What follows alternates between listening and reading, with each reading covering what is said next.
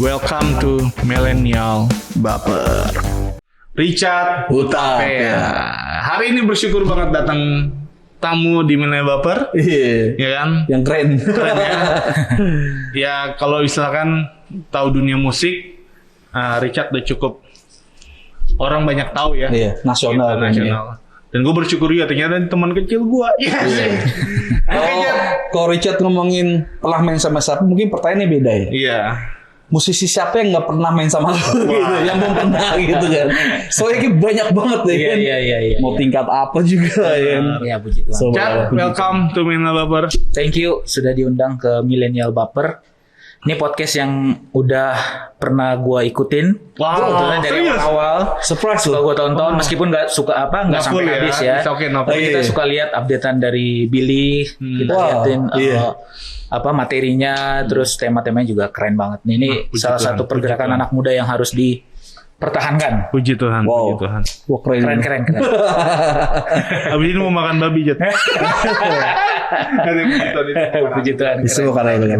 Nah, Cat, Ya. kan gue kemarin atau tadi gitu, gue lihat postingan lo, ya kan, postingan lo tentang tur Dewa. Oke. Ya. Nah, itu kenapa lo posting, apa lo ikut atau Ada apa sih?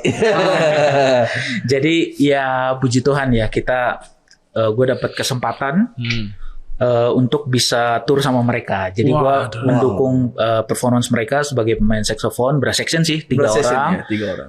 Dan gue dipercaya jadi leadernya. Wow. Dan itu kita rencananya tur 30 kota. Tapi yang sudah masuk so far sudah 13 kota. 13 kota? Udah jalan sekarang turnya? Ya baru 1 kota karena kepotong bulan puasa. Nah nanti habis Lebaran kita akan gas terus sampai 30 istri kota. sering ditinggal ya berarti. Iya. karena itu juga sibuk kan? Iya, juga ada kesibukan. Benar. Wow, itu kita waktu kecil kayaknya Dewa itu buset, kita nyanyiin terus sih. Iya. Satu band yang kalau kita sering ngobrol ya, Iya. satu band yang dimana kalau diciptain lagu satu album nggak ada lagu yang gagal. Iya. Benar. Jadi satu album Iya, biasanya benar. Kita punya album kenangan SD kan, album bintang 5 tuh. Iya. Wah, itu lagu dengeran di kita di mobil itu. Matamu Iya, benar. Itu sadis ya. ya. Wah, itu Iya, itu benar. terngiang-ngiang men ada. Sama pupus ya. Wow. Lo nyanyi lagu itu, lo akan ingat bahwa masa SD lo itu gimana? Iya. Iya benar gak sih? Iya, benar. Malam-malamku. Iya, benar. Wah, itu keren. Itu mesti kita sebagai dulu ya, itu lihat Dewa tuh wow. Kayaknya Iya. wow, pokoknya Benar. namanya hotel mungkin bintang 7 kali gitu kan. Iya. Dan kalau menurut gue juga apa namanya yang kita tadi gue bilang bahwa ya legend lah ya. Legend. Dani itu legend gitu. Nah pertanyaannya gini, itu kan salah satu band ternama nih di Iya, Indonesia. Kok bisa lo masuk sama ke circle yang mereka? Nah, itu ya semua by the grace of God lah ya. Nah, Kita oke, grace of nggak God. pernah duga deh gimana Iya. tahu-tahu bisa sampai ke mereka gitu. Jadi awalnya sebetulnya gue main sama Monita Tahalea. Oke. Awalnya banget ya, sebelum Monita Tahalea tuh gue main sama pemain bandnya itu pemain wedding. Oke. Pemain band Reguler wedding. ya? Nah, reguler band wedding gitu Band ya. wedding. Lalu dia itu main sama bandnya Monita juga. Oke. Terus Monita butuh pemain saxophone, gue diajak. Lalu main sama Monita di kafenya Indra Lesmana di Kemang. Oh iya. Indra Lesmana nonton. Akhirnya diajak sama Indra Lesmana untuk main sama bandnya. Main lagu-lagu itu the jazz. first time Indra Lesmana Iya, karena dia nonton gue main sama Monita. Wow. Itu di Kemang apa namanya lupa deh. Red White Jazz Iya, Red Lounge. White Jazz Nah, dari situ Mas Indra ngajak main lagu-lagu jazz. Nah, kebetulan lagu-lagu jazz ini yang Ahmad Dhani suka. Oh iya. Nah, Ahmad Dhani nonton. Kita lagi konser, Ahmad Dhani nonton. Terus Ahmad Dhani minta kenalan. Dra, kenalin dong sama pemain saksofonnya. Aku dipanggil. Chat, Mas Dhani mau kenalan. Nah, dari situlah Wow. diajak Tunggu, project-projectnya. ini keren. Ini keren, sumpah. Enggak mesti. Gue jujur ya, gue baru tahu. Lo diajak kenalan sama Ahmad Dhani. Iya. Hah? Lah kita ya nyanyiin lagu tiap hari di rumah lo kan ya. Gitar. Kagak diajakin kenalan. itu luar biasanya Tuhan Itu ya. perasaan lo tuh gimana sih Chat waktu gini seorang legend. Wah, gue ini banget seneng banget, excited banget karena gue pikir ini pasti akan ada sesuatu abis ini. Iya. entah itu kolaborasi, entah gue diajak main gitu. Benar, setelah beberapa minggu diajak rekaman, dia kan tipenya orangnya yang suka numpuk karya ya. Jadi dia rekaman keluarinnya pelan-pelan satu-satu. Nah, itu kita udah diajakin berapa kali, udah sering banget tuh sama dia. Akhirnya mulai dari rekaman dia bikin cover, terus lagu-lagunya dia, sampai akhirnya dia ajak untuk di bandnya dia di Dewa 19. Oke. Gitu. Itu tahun berapa ya, Cati? Kenal dia sih udah lama, 2013. 2014 lah. Itu umur lu berapa waktu itu? Itu 22-23 lah. 22, 23. Lu main sama Dewa. Lu main sama siapa? 23 gue masih ngerokok kayak waktu itu. Bertobat. Enggak, tapi sebagai kaum milenial termasuk hal yang luar biasa. Iya, luar biasa banget, luar biasa banget. Dan ternyata tuh Tuhan tuh baunya keren ya. Wah, itu tadi gue bilang ya, kita nggak pernah duga. Ya benar yang kata Firman tuh, apa yang nggak pernah kita lihat, nggak pernah kita dengar, nggak pernah kita pikirin, itu benar-benar Tuhan sediain. Yang penting taat aja.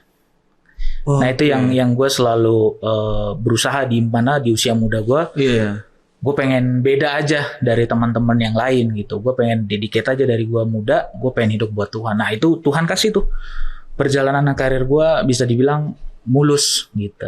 Sampai istri gue suka bilang, kamu enak ya Pak perjalanan karir. Padahal menurut gue sih struggling juga. Tapi ternyata di mata orang tuh mulus gitu. Tapi gue yakin itu bukan karena gue sih. Itu karena Tuhan aja.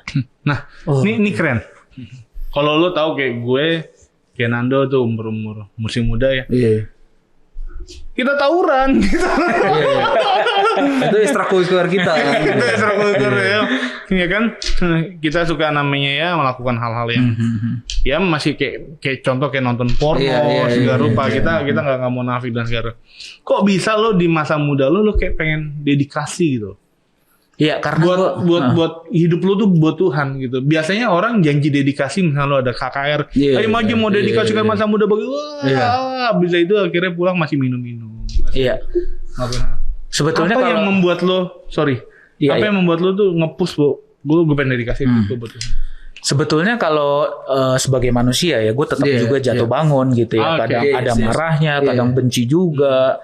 Segala macam masih ada. Kadang-kadang gue pun masih bergelut gitu ya, masih bergumul dengan karakter gue juga.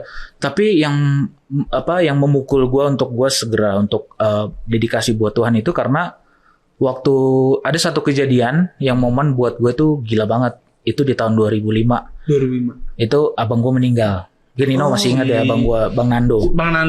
Bilang namanya Nando juga. Nando. Tahun 2005. Nah, di situ tuh tahun 2005 gue ngelihat kayak ada lampu di rumah, terus tiba-tiba waktu dia meninggal tuh lampu mati. Jadi rumah tuh kayak gelap gitu.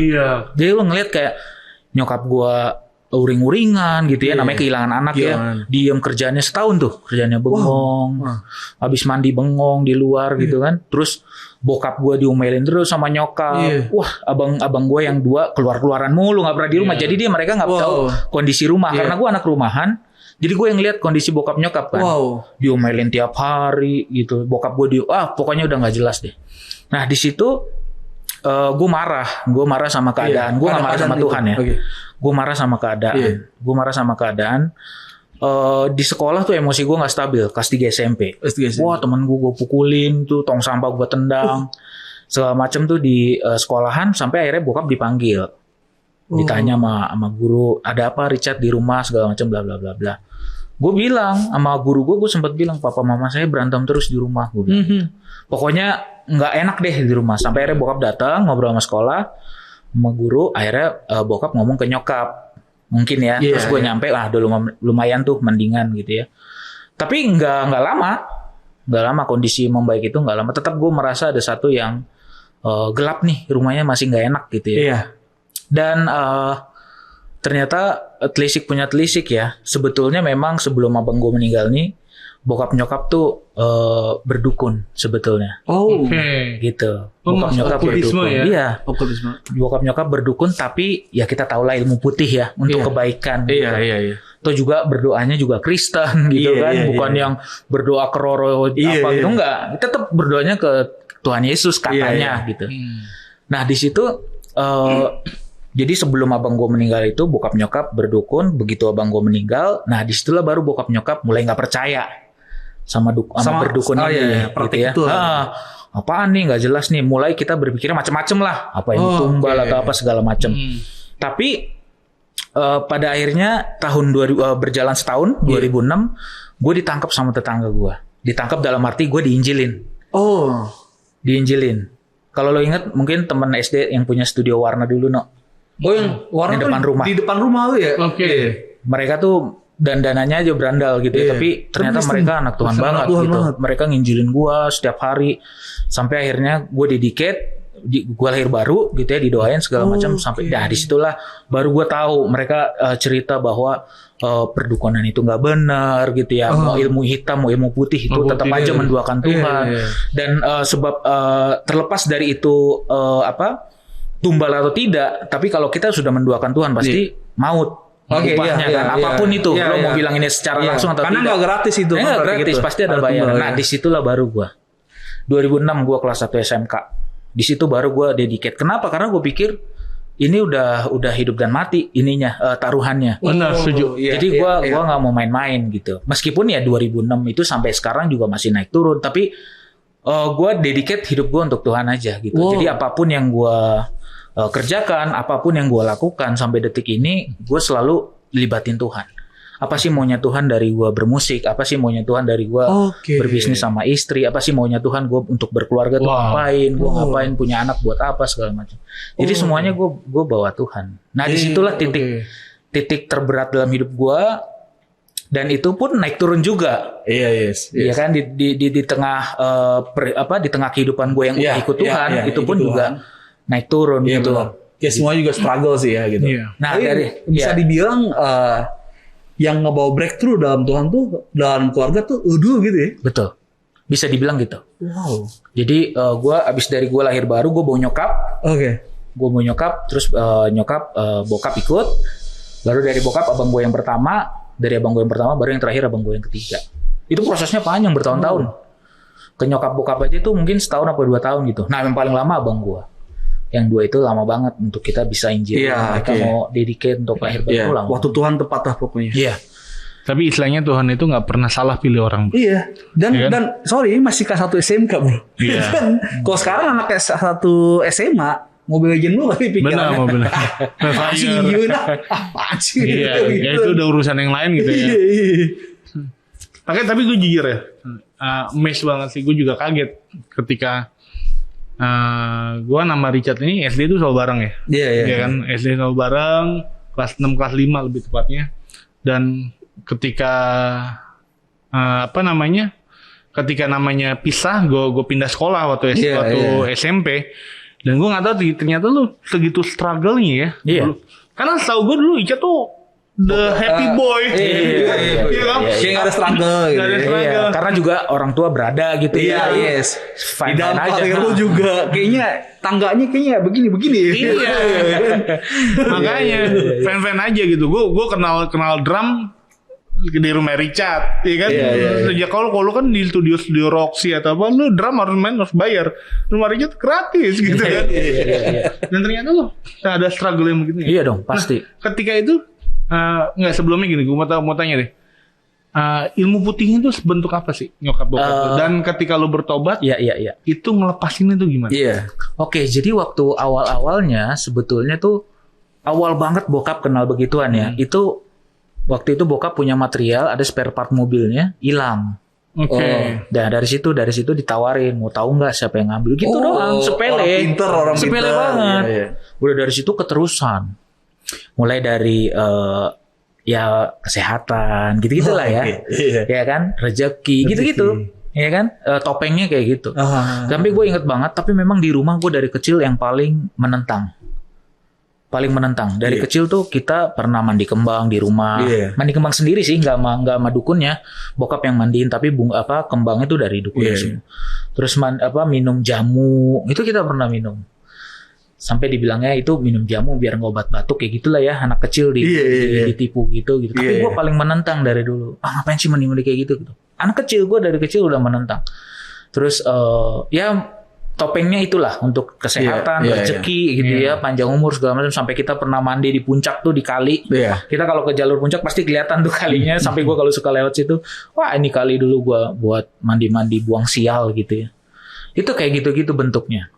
Gitu, dan itu berpuluh tahun lah iblis nipu. Karena sebelum gue lahir bokap udah begitu, udah kenal mereka dari sebelum dari temen-temennya. Dari saudara gue sebetulnya, dari tante gue, adanya bokap. Gitu. Jadi dari abang gua kecil juga dia. Nah, dari sejak itu abang gua kan suka susah makan, suka sakit gitu ya. Nah, mulailah nanya sakit apa gitu. Dari situ akhirnya ke bawah-bawah ke berentet sampai anaknya 4 biji tuh semuanya jadi begitu. Tapi ya puji Tuhan ya, gua di umur berapa ya? 15 tahun gua dulu. Dan Tuhan pakai gua dulu pertama untuk mendobrak itu semua, ya puji Tuhan. Kita semua akhirnya ketangkep Tuhan sih. Jadi itu start beginning, akhir baru.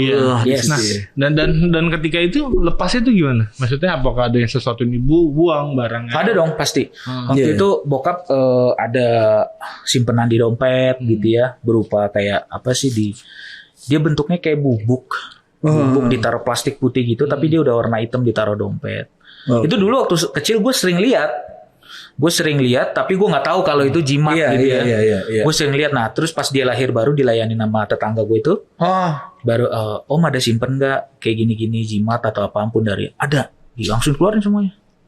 Nah itu akhirnya kita buang, kita bakar, terus bokap didoain. Nah berarti gini, kan berarti ada awalnya ya, dan awalnya itu ketika lo bertobat, sisi rumah diselamatkan. Dan itu firman nyata banget dalam keluarga lo, bener ya? Iya. Nah, itu apa pertama kali yang kan lo berubah nih?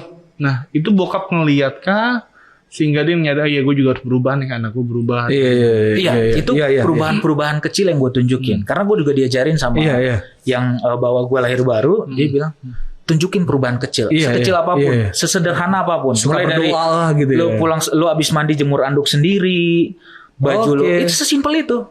Nggak ada hal-hal yang lo harus fundamental gimana ya, tiba-tiba langsung berdoa terus videoin. Enggak, benar-benar Tuhan bekerja dari situ, no. Itu yang luar biasa ya. Dari hal-hal kecil itu ternyata bisa menyentuh hati mereka. Baru gua ajak sharing, ajak ngobrol. Jadi kita memang punya kebiasaan tiap pagi tuh ngobrol di ruang tamu, selalu ngobrol tiap pagi. Kalau kita baru bangun suka ya mulai dari ngobrolin yang nggak penting sampai yang penting gitu. Nah dari situlah gue mulai coba berani aja gue ngobrolin.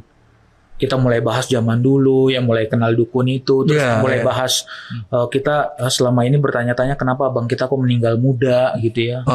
Kan Nando tuh muda banget ya. Muda banget, umur 20 tahun. 20 tahun. Wow. Dan itu ya benar-benar.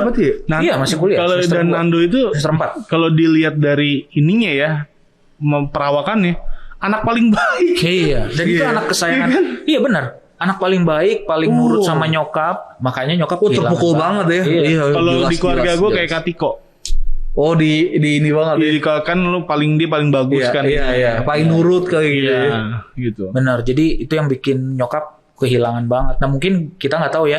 Entah di dalam hatinya dia komplain sama Tuhan kan kita nggak tahu. Sampai akhirnya dia bisa lepasin semuanya. Dia akhirnya memberikan dirinya untuk ikut Tuhan. Ya udah dari situlah kita semua akhirnya bisa ikut Tuhan gitu. Dan puji Tuhan keluarga semua udah berdamai sama keadaan ya. Puji Tuhan sudah mengerti ini kenapa sampai anak meninggal gitu ya.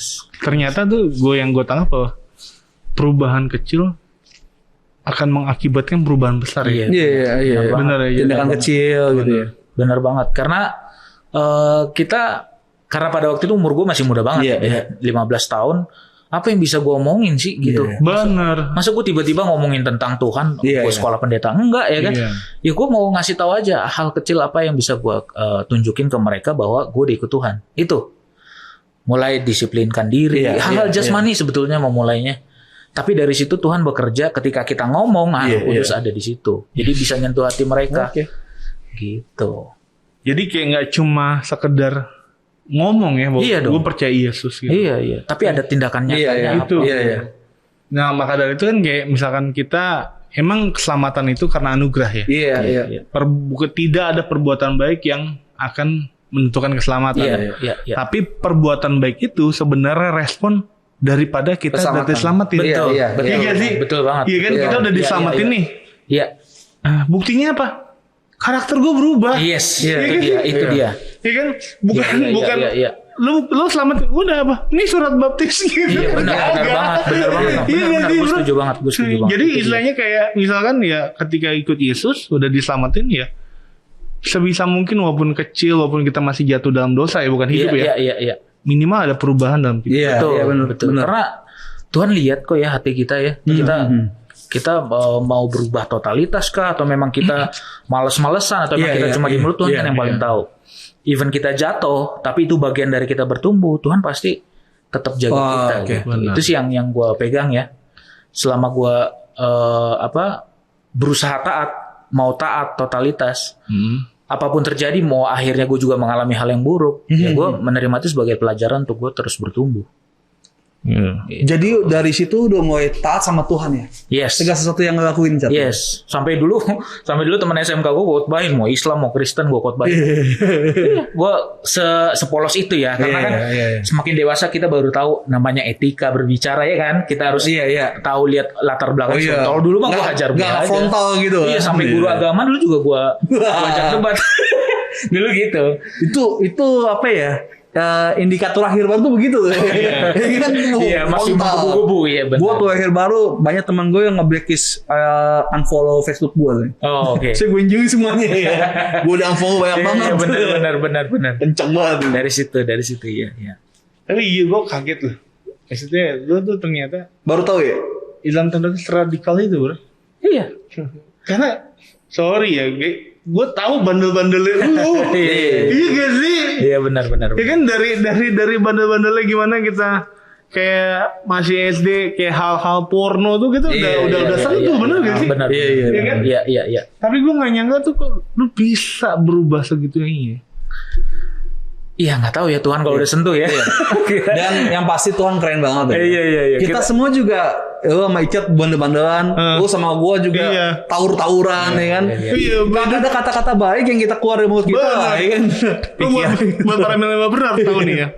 Icat ini ngajarin bandel gue. Tado ini yang ngajarin gue bandel. Oh ini kita satu lingkaran. Gue tahu-tauran yang ini. Obat bareng. Sekarang ditapis jadi pendeta. Dia pendeta luar biasa kan. Berarti ya semoga biar orang yang lihat teman-teman kita yang dulu. Iya. Dia bisa Yesus dalam hidup kita. Iya. Kok bisa ini orang bisa berubah ya? Gitu. Benar. Nah, ini Cat keren nih. Lu kan udah istilahnya udah lu udah decided buat terima Yesus ya. Iya. Udah menetapkan diri dedikasi buat Tuhan Yesus ya. Bro, nggak memungkiri lu masuk dalam dunia musik. Kan? Iya. Itu godaannya banyak banget. Iya. Nah, benar gak sih? Benar. Iya kan? Benar. Iya, mungkin bagaimana sikap lo atau standing lo sebagai anak Tuhan masuk di dalam musik atau bagaimana standing lo di dalam karir dalam bermusik benar. gitu. Karena gini, gue ini kan sering nonton backline ya.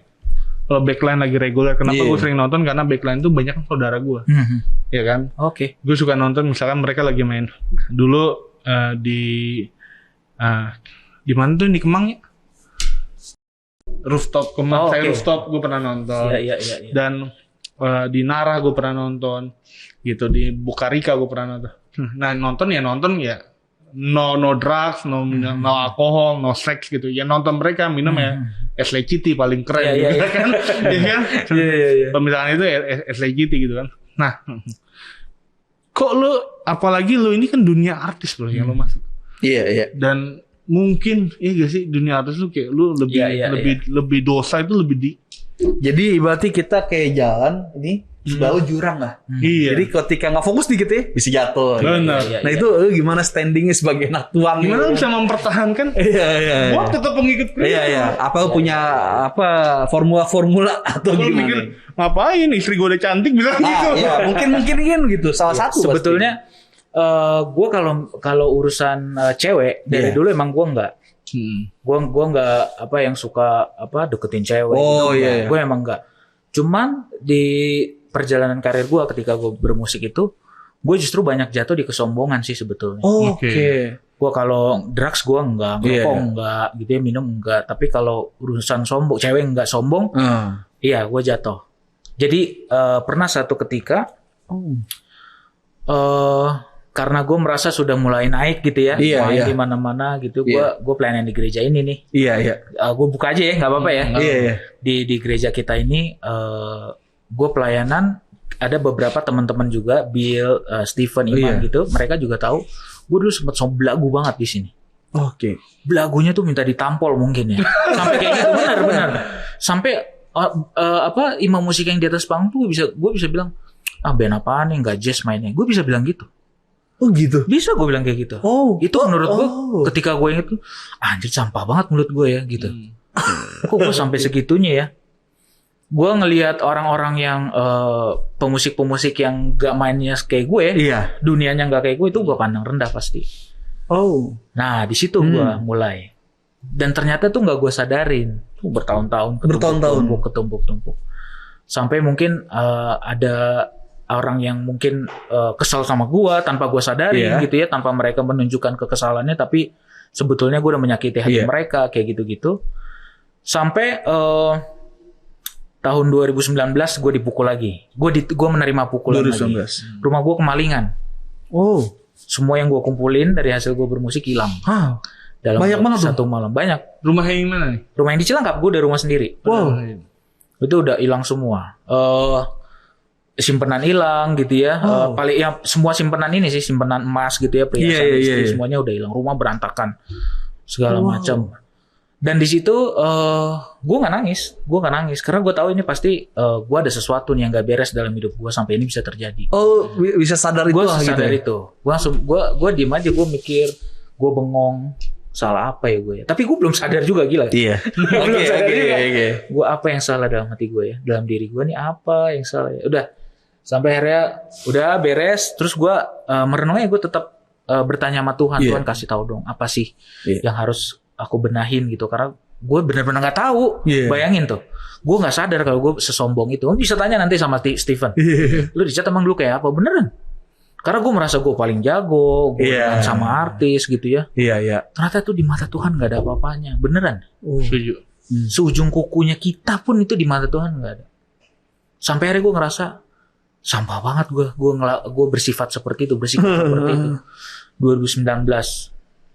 2019 dan ini berentet sampai sekarang ceritanya. Dan 2019 itu ketika gue sadar, oke, Tuhan ampuni aku, aku mau hidup lebih baik lagi, lebih benar lagi.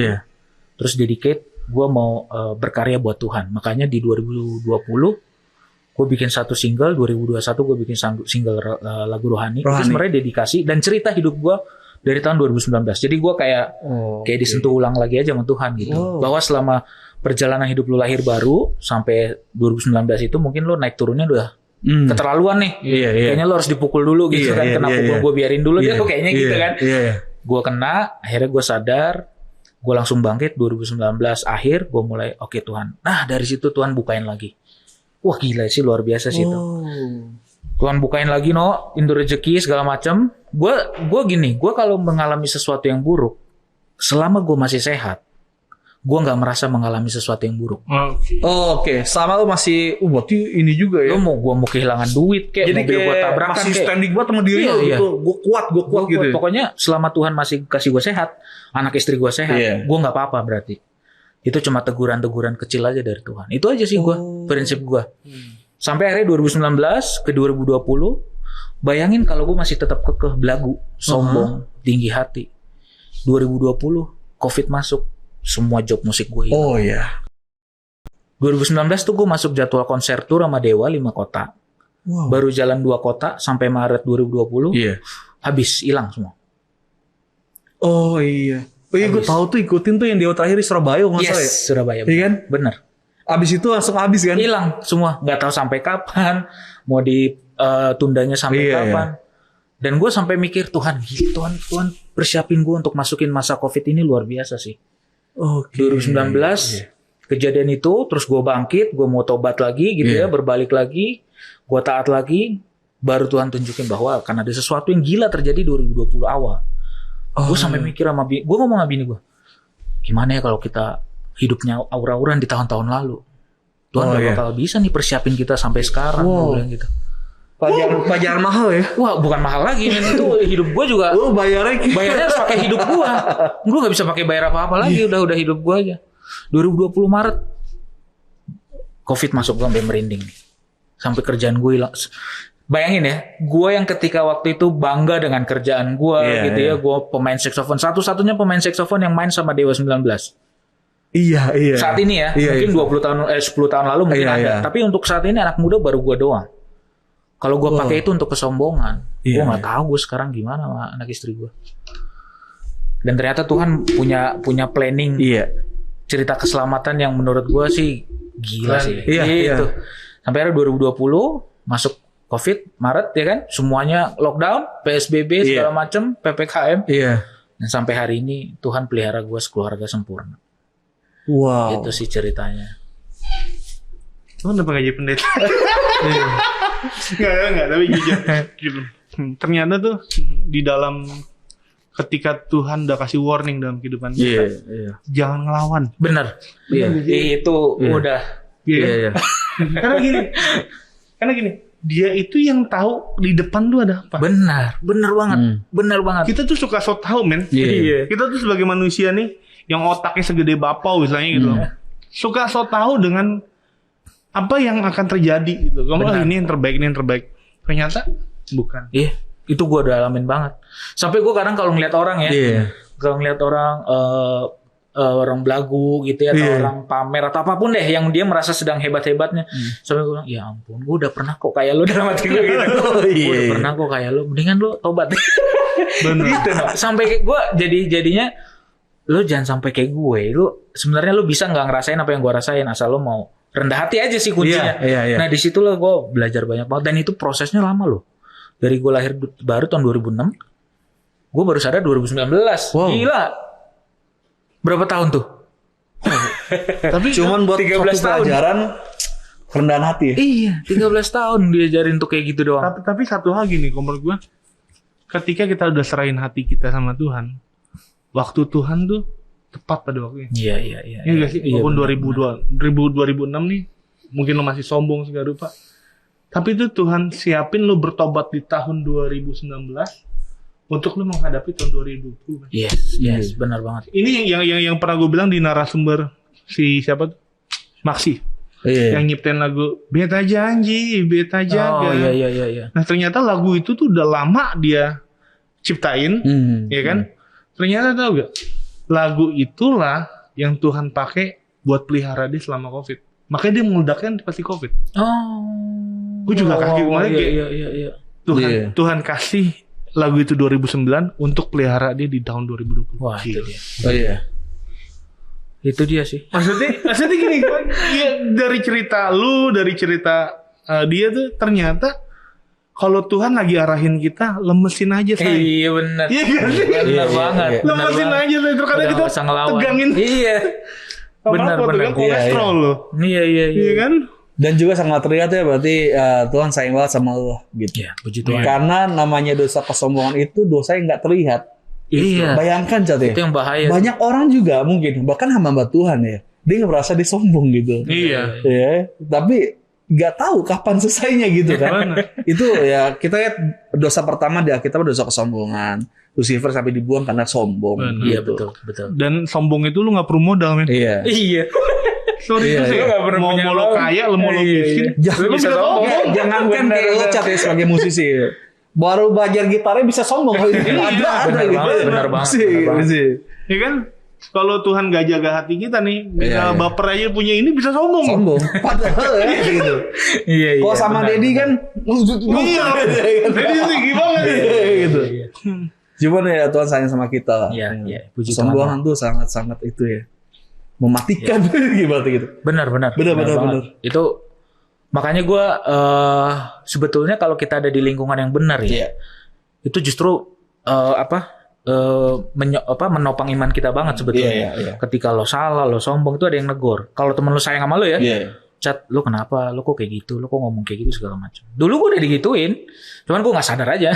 Oh, okay. Dan gue mikir ya nggak apa-apa, orang gue emang gue bisa kok, emang gue jago beneran. Mungkin gitu. dia tuh dulu pengen ngasih tahu kayak gimana ya gitu. Tujuannya, itu iblis tuh. Iya. Tujuan kita tahu, iblis tahu karakter kita ya, karakter buruk kita.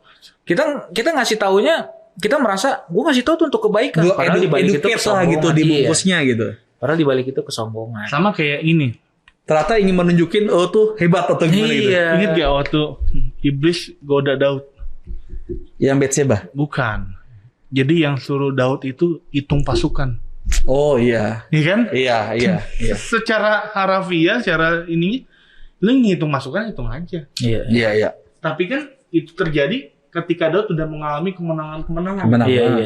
Ya kan? Dengan cara lu hitung pasukan, itu menyatakan kalau lu tuh hebat, lu yang hebat. Padahal yang bikin dia menang Tuhan. Iya, betul. Berapapun pasukan lu itu. Iya. Berapa kali ya? Iya. Kita kalah jauh sama Filistin gitu jauh. Menang terus ya kan? Bener. Iya. Itu emang gini ya. Karena orang kiri Icat gitu, dah musisi tuh yang karirnya gue bilang tadi tangga itu urus banget gitu kan. Daud. Itu pasti akan digodanya, diuji sama hal seperti itu. Karena kita ya sebetulnya kalau mau sombong layak sebetulnya ya secara dunia. Jadi memang ya jurangnya sih di situ, dekat jurangnya pasti di situ. Ya. Karena kalau gue bukan punya karakter tadi ya mabok, seks itu enggak, gue enggak gitu. Tapi tetap gue punya sesuatu yang bisa menjatuhkan gue, itu kesombongan. Iblis tuh pinter lah. Akhirnya ditiupin. Oh main sama Indra Lesmana, main sama Ahmad Dhani, main sama Dewa Bujana, main sama Afgan siapapun. Iya. Oh makin terbang lah gue. Iya. Akhirnya ya di situlah gue baru jatuhnya lagi, sadar, akhirnya gue bangkit lagi.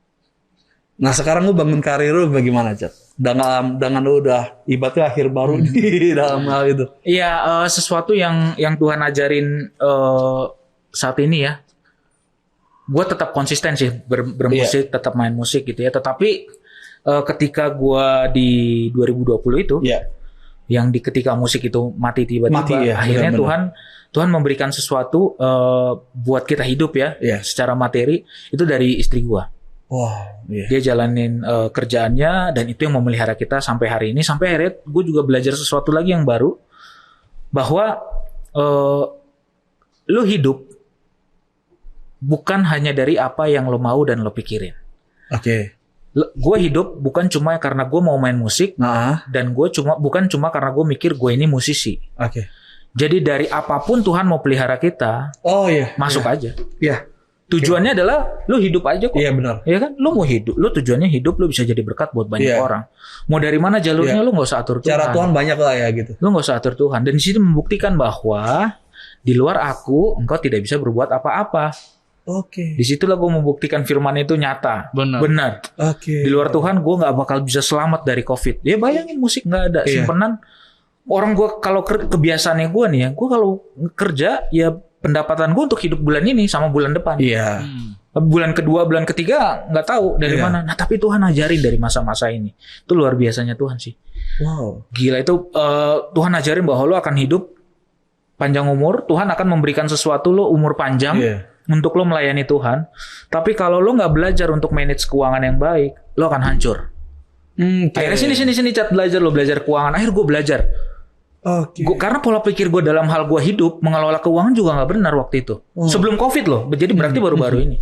Dan itu Tuhan ajarin, bener-bener Tuhan ajarin. Se-ekspres itu Tuhan ngajarin, se-ekspres itu Tuhan kasih lihat bahwa gue mau melihara lo dari hal apapun, lo nggak usah atur gue. Yang penting lo taat. Itu aja. Wow. Gitu. Itu berarti Richard Sutapea tuh bisa dibilang total surrender sama Tuhan ya sekarang. Dari gua seperti itu. Sekarang sekarang ya. Gue udah nggak tahu. Gue juga nggak tahu apalagi mau gue kerjain. Tuhan udah buktiin bahwa anytime dia bisa pelihara gue. Gue mau ngerjain apa lagi? Iya kan Tuhan. Lo mau ngomongin popularitas main musik, Tuhan udah pernah kasih. Terus lo mau cari lagi buat apaan? Ya sekarang hidup gue buat Tuhan aja. Wow. Totalitas aja. Berkarya lagi buat Tuhan. Fokus aja. Makanya gue senang banget nih gue diajak kayak gini karena hidup gue bisa lebih terceritakan lagi buat orang lain. Bener. Gitu. Makanya gue pas diajak Chat gue mau ajak podcast, ayo. Nah, ayo gue seneng banget gue. Gitu. Jadi ya senang banget gue bisa Ternyata ada berbagi di cerita sini. ya. Ada cerita, bener. Pengalaman dikit sama Tuhan ya. Luar biasa, luar biasa. Jujur sebenarnya kayak tadi nih. Dok, kita bahas apa ya sama Richard gitu. Iya. Ternyata pas lo datang dan lo cerita, ternyata itu tuh banyak hal yang sebenarnya anak-anak muda zaman sekarang terus belajar. Harus banget. Gitu loh. Harus banget no. Karena Benar. gue gini ya. Ketika gue ngelihat banyak banget anak muda kayak lu, ya, Steven segala macam udah mulai dedicate untuk melayani Tuhan gitu, gue ngelihat wah ini Tuhan menggenapkan. Waktu itu gue pernah dengar khotbah dari seorang hamba Tuhan, gue lupa dari mana. Dia bilang bahwa Tuhan akan pakai anak-anak muda kok. Kapan waktunya secara exactly gue nggak tahu. Tapi itu kelihatan sekarang. Sekarang gitu. ya benar. Gue ngeliat di gereja kita sudah memberdayakan anak muda gitu ya. Setuju. Terus di mana-mana juga anak muda mulai baik itu dari secara jasmani, baik dari segala sekuler ya. Baik juga dari secara rohani. Tapi gue lihat bahwa anak muda mulai dilihat. Nah, disitulah gue kadang-kadang suka berdebat kok sama artis-artis itu. Ngomongin tentang serius tentang Yesus kenapa disalib gitu ya. Kenapa kita harus taat kepada pemerintah sebagai wujud kita taat sama Tuhan. Itu gue Lu gak takut kehilangan? enggak men, gue udah gak peduli. Gue gak peduli. Tapi sampai saat ini gue tetap diajak kok sama mereka. Berdebatnya kayak gimana contoh? Iya, contoh misalnya mereka ini artis aja lu nggak sebut nama. Ya, sebut nama lah ya. Kontra pemerintah lah ya, kontra pemerintah. Terus dia share berita segala macam. Terus gue bilang, ya kalau di kita sih sebetulnya kita diajarkan untuk taat pemerintah. Apapun itu, mau itu benar apa enggak, selama itu memang udah benar resmi secara konstitusi, gitu ya, secara konstitusi segala macam, kita harus taat. Karena di Alkitab diajarkan itu, benar. Akhirnya tuh jadi momok. Wah, dibahas terus nih. Kalau harus taat sama pemerintah nih karena diajarinnya kayak gitu kan. Gue kasih lihat lah di film sampai salah satu artis juga telepon lo, no. Chat, sebenarnya lo ngomong hal yang benar kok, hajar aja terus. Jadi semenjak saat itu ya gue emang udah nggak peduli sih, no. Gue udah nggak peduli, gue mau ngapain lagi. Gue udah ngalamin sampai umur nyawa gue di ujung tanduk buat tabrakan Tuhan masih selamatin, gue juga udah ngalamin. Jadi gue mau cari apa lagi? Ketika gue memang harus nyatain kebenaran, gue nyatain aja. Ketika kebenaran itu tertanam dalam hati lu yang untung. Tapi kalau lo nggak terima, ya lo yang rugi. Jadi dengan kata gini, ngelakuin kebenaran sebenarnya nguntungin kita ya? Ya iya dong. Terkadang orang mikirnya ketika ngelakuin kebenaran takut. Iya. Rugi karena kejahatan jauh lebih nikmat, men. Secara kasar jauh lebih nikmat. Tapi tanggungannya kan lebih parah. Iya. Ternyata lu ngelakuin kebenaran, lu belajar nih. Ternyata itu nguntungin lu, bukan nguntungin orang lain. Bener. Dan ya gue membuktikan ya, ketika gue ngomong itu sama mereka, gue nggak kehilangan kerjaan gue. Tuhan tetap percayain. Dan mereka malah jadi semakin respect sama gue. Semakin yang tadinya kalau ketemu udah gitu doang, sampai akhirnya ketemu duduk, kita ngobrol, ketawa-tawa gitu. Nggak bikin kita jauh. Karena gue ngasih taunya tulus. Iya. Gue ngasih taunya, kita taat sama pemerintah atau apapun itu, kita taat sama peraturan, itu juga wujud kita taat sama Tuhan kok. Itu diajarin benar di Alkitab juga. Iya. Kita nggak diajarin jadi pemberontak, enggak. Iya. Ya kalau lo bilang memberontak untuk kebenaran, enggak. Yesus nggak ngajarin itu. Itu klise. Benar. Itu klise. Iya. Ya sampai akhirnya dari situ akhirnya hal-hal lain yang berkaitan dengan kekristenan tuh terus jadi perdebatan. Akhirnya ya gue nggak mau dong itu dia mancing. Iya. Gue nggak mau, gue bukan untuk melawan, bukan untuk debat kusir. Gue juga nggak mau pandangan dia juga salah terhadap kita. Benar. Itu yang gue nggak mau. Iya. Gue harus lurusin. Gue kasih tahu segala macam, akhirnya udah mereda, udah akhirnya kita jadi teman. Tapi satu hal, gue harus nyampein kebenaran. Ketika memang kebenaran itu harus disampaikan. Iya. Gitu. Jadi istilahnya tuh, lu nggak peduli, lu tetap nyatakan kebenaran, Karena lo tahu hidup lo tuh bukan gara-gara Benar, itu dia. karena yang pelihara hidup lo tuh bukan yang pelihara hidup lo tuh bukan ya Dewa 19, bukan artis-artis aja yang lupa. Iya benar. Tapi yang pelihara hidup lo Tuhan Yesus. Tuhan Yesus, iya benar. Dan terakhir ketika lo nyatain kebenaran, nggak terjadi apa-apa kan? Dan nggak apa-apa. Malah jadi dampaknya bagus. Justru malah memang kalau ya kita nggak tahu. Gue yakin Tuhan bawa gue sampai ke situ emang karena gue harus jadi terang, harus menyatakan kebenaran di lingkungan itu. Sampai kapan gue nggak tahu. Karena Tuhan selalu membawa gue ke dunia yang berbeda. Mainnya sama siapa sampai sekarang lagi sama mereka. Gue mau produktif aja buat Tuhan di situ. Baik itu dari sikap perilaku gue, dari perkataan gue, ya kan. Gue nggak mau sia-sia. Sayang waktunya kan. Iya benar. Kalau gue ketika bisa menyampaikan kebenaran, sampaikan kebenaran. Karena pun kalaupun terjadi sesuatu ketika kita menyatakan kebenaran, karena Tuhan nggak akan pernah ninggalin kita. Iya benar. Iya. Karena gue tahu kok kita jalannya sama siapa. Iya benar. Itu aja sih. Sama kayak ini. Gue kemarin tuh sempat ngerenung gitu. Kayak besok ini kan gue akan sharing di satu tempat gitu. Salah satu perenungan gue adalah tentang hidup di bawah pemerintahannya Allah.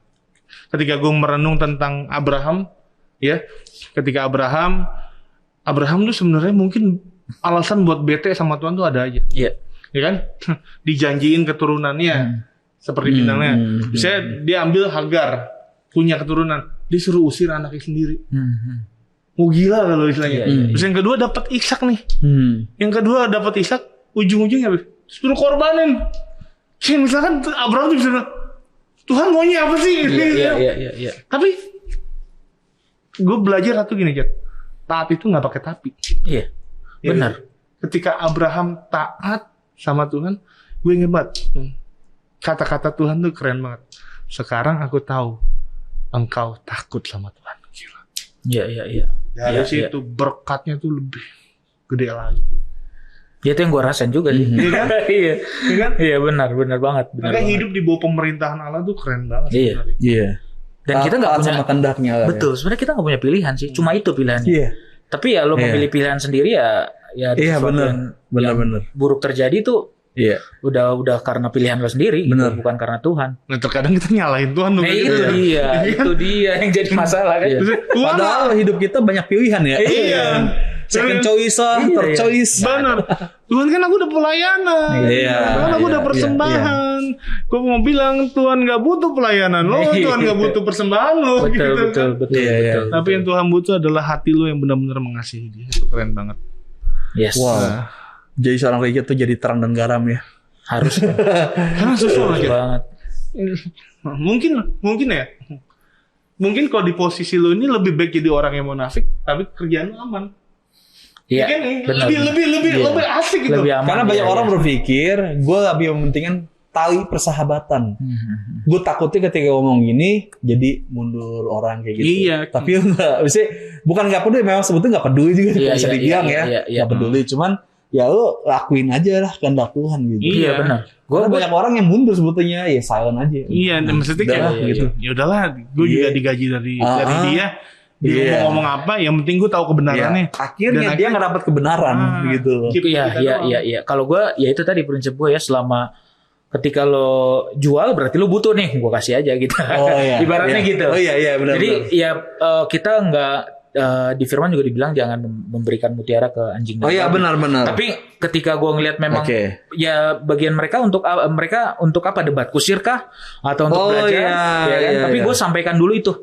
Gue harus sampaikan dulu. Tapi ketika itu jadi momok atau apa, gue mundur. Tapi ketika memang mereka mau belajar, gue sampein aja. Iya. Tuhan pasti kasih tahu lo kapan kasih kebenarannya, kapan ya, konteks tepatnya begitu. Iya benar. Gue ngasih sia-sia lah gitu. Dan gue betul. Gue nggak mau sampai ditutup dengan menghakimi atau apapun. Nggak. Gue nggak kayak gitu sama sekali nggak. Seru ya. Sisi lain Icat nih maksudnya. Sisi baru Icat ya maksudnya. Ini jarang banget didengar kan? Iya. Kalau dengar Icat pasti ya Java Jazz. Kok main bisa berapa kali ya? Iya betul. Kan? Berapa artis kok main? Benar. Iya benar. Dulu kalau mau masuk JGTC gratis atau Java Jazz gratis, telepon Richard. Iya benar. Jadi secara skala musisi ya diimpikan banyak orang lah untuk jadi seperti Richard. Tapi banyak sekali lagi di IG kan. Iya. Yang video-video main-main musiknya kan gitu. Tetapi ternyata kita lihat semua Richard ternyata tuh mengalami suatu perubahan. Iya. Jadi Tuhan. Iya. Jadi gue yang mau seperti Richard tapi ya jadi musisi terkenal, ya harus rendah hati lah. Gitu. Taatnya sama Tuhan. Benar gitu. Benar. Bukan taat sama orang yang bayar. Benar. Gitu. Kalau orang yang taat sama orang yang bayar, oke. Selama pekerjaan ya. Selama itu kebenaran. Yes. Gitu. Keren banget sih. Nah mungkin terakhir nih Cat. Ya. Lo boleh gak sampein buat teman-teman milenial sekarang, karena milenial baper itu artinya dalam milenial bawa perubahan. Nah lo kasih tau buat milenial apa sih nasihat-nasihat buat hidup di dalam Tuhan, untuk istilahnya untuk sukses di dalam Tuhan. Oke. Gitu. Boleh bro di kamera mana terserah. Oke. Ya situ ya. Untuk teman-teman milenial baper, ya ini sebetulnya satu pergerakan yang bagus banget podcast ini. Teman-teman, ini membawa kita untuk menjadi milenial yang membawa perubahan lingkungan kita lebih mendekat lagi kepada Tuhan. Kenapa? Harus digarisbawahi bahwa kita anak-anak muda adalah target pertamanya iblis untuk menghancurkan generasi-generasi Kristus. Ya, kita sekarang lagi jadi ujung tombaknya generasi Kristus. Benar. Jadi jangan sampai teman-teman dirusak oleh lingkungan, oleh pekerjaan, ya. Hati-hati iblis bisa masuk dari manapun, oleh keluarga sekalipun. Pokoknya harus melekat terus sama Tuhan, terus mendedikasikan hidupnya sama Tuhan, taat, baca firman setiap hari karena itu jadi makanan roh kita, untuk kita bisa melakukan kegiatan kita sehari-hari, ya itu menjaga kita juga sebagai warning kita juga, dan terus mengasihi sesama dan beritakan Injil. Wow, keren, komplit. Statement yang keren banget. Statement dari seorang musisi. Yang ya sebenarnya nggak pernah tahu men, Richard bisa ngomong sampai rohani sampai segini dalam ya. Ini gitu kan. Banget deep. Iya kan? Mungkin tahu lu lihat di atas panggung dan segala macam gitu. Richard, thank you banget. Sama-sama udah datang ke tempat ini. Power inspiring banget nih. Sama-sama. Pokoknya ini podcast harus ada terus ya. Wes, amin. Puji Tuhan, amin. Pokoknya nanti kalau gue bisa bantu ada narasumber, boleh. Gue pasti support. Kalau boleh misalkan lo ada artis atau apa yang pokoknya harus oke buat ini ya. Kita bersyukur banget sih. Kita buat Tuhan kita lakuin sama-sama lah. Semoga ini jadi ladang penginjilan yang Iya dong, harus banget. Mungkin next juga undang istri lu kali ya. Boleh. Benar. Dia ngomongin bagaimana. Khusus yang pasti ada lah ya. Pasti ada yang dia story-nya lebih gila lagi. Lebih gila lagi dia story-nya. Oke. Daripada gue dia lebih gila lagi. Dan puji Tuhan kita sama-sama. Iya. Itu enak ya, lu punya pasangan yang story-nya tuh benar-benar di dalam Tuhan. Ya, itu luar biasa lah. Itu kalau ketika kita minta emang untuk melayani Tuhan, Tuhan kasih. Berarti total surrender, no? Total surrender. Berserah sama Tuhan. Tuhan ada pasangan gue ya. Setuju. Kenapa ke gue? Kan gue udah punya istri. Nah, di kelas gue udah nikah. Oke, thank you banget Richard. Udah datang ke tempat ini. Salam buat nyokap. Salam buat istri. Salam buat istri juga. Thank you. Oke, teman-teman, kalau teman-teman suka sama video ini boleh di like, di share, di komen. Minta kasih saran boleh di komen terserah. Tapi setelah ini ya, setelah live-nya ya. Iya, saya kan bilang. Iya, kalau itu jangan live chat, tapi setelah itu langsung di komen aja. Videonya selesai baru di komen. Oke, itu aja. Jangan lupa nonton video Milenial Baper berikutnya. Follow IG-nya kita. Apa? Milenial. .baper ya. Milenial Baper official. Official gitu. Oke, itu aja teman-teman. Boleh kalau suka video-video boleh tonton video-video kita yang lain. Dan semoga ini bisa memberkati banyak teman-teman. Itu saja dan sampai jumpa di video-video berikutnya di dalam Milenial Baper. Tuhan berkati. God bless you.